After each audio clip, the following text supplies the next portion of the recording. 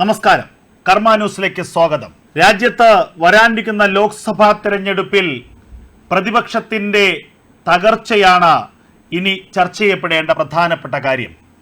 കേന്ദ്ര സർക്കാരിനെതിരെ black paper ഇറക്കി രാഷ്ട്രീയ നാടകം കളിക്കുന്നു കോൺഗ്രസ് എന്ന ആക്ഷേപം രാജ്യത്തുയരുകയാണ്. കേന്ദ്ര സർക്കാരിന്റെ കഴിഞ്ഞ കാലങ്ങളിലെ ധനകാര്യ മാനേജ്മെന്റിനെ കുറിച്ചുള്ള ബ്ലാക്ക് പേപ്പറാണ് മല്ലികാർജുൻ ഖാർഗെ ഇന്ന് പുറത്തിറക്കിയത്.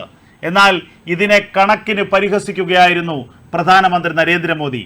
മോദി സർക്കാരിൻ്റെ NDA സർക്കാരിൻ്റെ കാലത്തെ നേട്ടങ്ങൾക്ക് കണ്ണു തട്ടാനിരിക്കാനുള്ള കറുത്ത പൊട്ടാണ് ഈ ബ്ലാക്ക് പേപ്പർ എന്ന് പ്രധാനമന്ത്രി പരിഹസിച്ചു. UPA കാലത്തെ ധനകാര്യ മാനേജ്മെന്റിനെ കുറിച്ചുള്ള ധവളപത്രം പാർലമെന്റിൽ NDA സർക്കാർ ഇറക്കാനിരിക്കെയാണ് NDA സർക്കാരിനെതിരെ, മോദി സർക്കാരിനെതിരെ വിമർശനങ്ങളുമായി ബ്ലാക്ക് പേപ്പർ ഇറക്കി കോൺഗ്രസ് രാഷ്ട്രീയ നാടകം കളിക്കുന്നത്.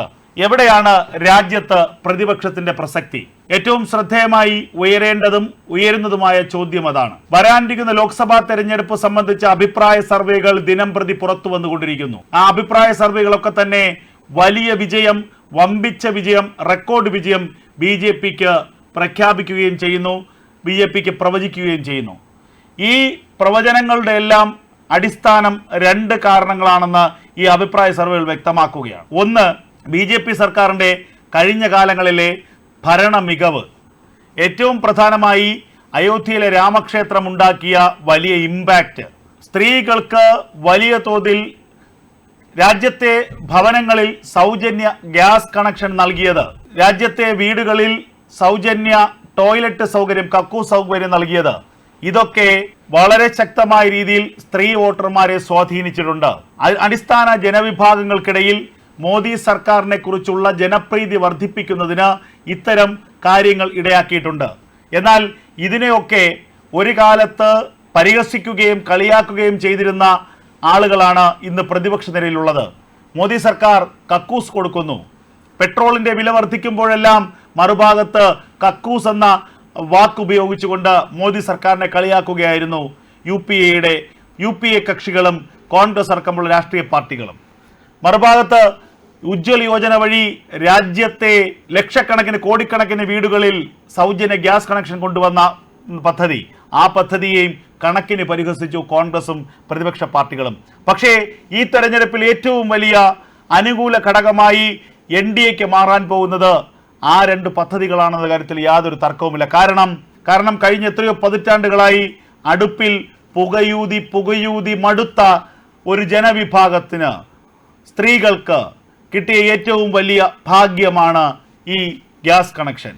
അതുപോലെ പ്രാഥമിക ആവശ്യങ്ങൾക്കായി ഇരുട്ടുന്നതുവരെ കാത്തു നിൽക്കേണ്ട ഗതികേടിലുള്ള നിരവധി സ്ത്രീകൾ ഇന്ത്യയുടെ ഉത്തരേന്ത്യൻ ഗ്രാമങ്ങളിലുണ്ട്. അവരെ സംബന്ധിച്ച് ഒരു കക്കൂസ്, അടച്ചുറപ്പുള്ള കക്കൂസ് എന്നത് അവരുടെ ജീവിതത്തിലെ ഏറ്റവും പ്രധാനപ്പെട്ട ഒരു കാര്യമാണ്. ഇത് രണ്ടും എപ്പോഴും ജനങ്ങൾക്ക് ഏറ്റവും അടിസ്ഥാന ആവശ്യങ്ങളാണതിൽ യാതൊരു തർക്കവുമില്ല. അങ്ങനെ സാധാരണക്കാരായ ജനങ്ങളെ കൂടെ നിർത്താനും അവരുടെ വോട്ടുറപ്പിക്കാനുമുള്ള വലിയ പദ്ധതികളാണ് കഴിഞ്ഞ കാലങ്ങളിൽ മോദി സർക്കാർ ചെയ്തത്. അതിനൊപ്പം രാജ്യത്ത് വലിയ അടിസ്ഥാന സൗകര്യത്തിൽ വിപ്ലവമുണ്ട്. അതിനൊപ്പം രാജ്യത്ത് അടിസ്ഥാന സൗകര്യത്തിൻ്റെ വികസനത്തിൽ വലിയ വിപ്ലവകരമായ മാറ്റവും മോദി സർക്കാർ കൊണ്ടുവന്നു.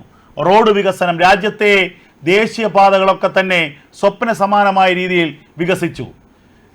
റോഡ് വിസ്തൃതിയിൽ ലോകത്തെ രണ്ടാമത്തെ രാജ്യമായി ഭാരതം മാറി. കാശ്മീരിൻ്റെ പ്രത്യേക പദവി എടുത്തു കളഞ്ഞു. ഇന്ന് ഏറ്റവും അധികം വിനോദസഞ്ചാരികൾ എത്തുന്ന ഒരു നാടായി കാശ്മീർ മാറി. കാശ്മീരിൽ സമാധാനം പുനഃസ്ഥാപിക്കപ്പെട്ടു. തെക്കെന്നോ വടക്കെന്നോ ഇല്ലാതെ റോഡ്, റെയിൽ ഗതാഗതങ്ങൾ നിരവധിയുണ്ടാക്കി. അങ്ങനെ ഒരു അടിസ്ഥാന സൗകര്യ വികസന മേഖലയിൽ ഏറ്റവും വലിയ കുതിച്ചുചാട്ടമാണ് കഴിഞ്ഞ 10 വർഷക്കാലം രാജ്യത്തുണ്ടായത്. ഇതിൻ്റെ ഫലമോ രാജ്യത്തേക്ക് വ്യവസായങ്ങളുടെ കുത്തൊഴുക്കുണ്ടാകുന്നു. അടിസ്ഥാന സൗകര്യം വികസിച്ചാൽ നിക്ഷേപകർ നിക്ഷേപമിറക്കാൻ ആത്മാർത്ഥമായും ശ്രമിക്കും. അങ്ങനെ ഇന്ത്യ എന്ന രാജ്യത്തേക്ക് നിക്ഷേപമിറക്കാൻ ആഗോള ഭീമന്മാർ ഇപ്പോൾ മത്സരിക്കുന്ന കാഴ്ചയാണ് നമ്മൾ കാണുന്നത്. അതിലൂടെ ഉണ്ടാകുന്ന ഏറ്റവും പ്രധാനമായ മറ്റൊരു നേട്ടം, രാജ്യത്ത് നിന്ന് യുവജനത വിദേശത്തേക്ക് പോകേണ്ടതില്ല. അവർക്ക് ഇഷ്ടമുള്ള ജോലി, അവർക്ക് ഇഷ്ടമുള്ള ശമ്പളത്തിൽ രാജ്യത്ത് ലഭിക്കുന്ന സാഹചര്യം ഉണ്ടാകുന്നു. അങ്ങനെ യുവജനത ഈ രാജ്യത്തിൻ്റെ മുതൽക്കൂട്ടായി ഇവിടെ തന്നെ അവർ തുടരുന്നു.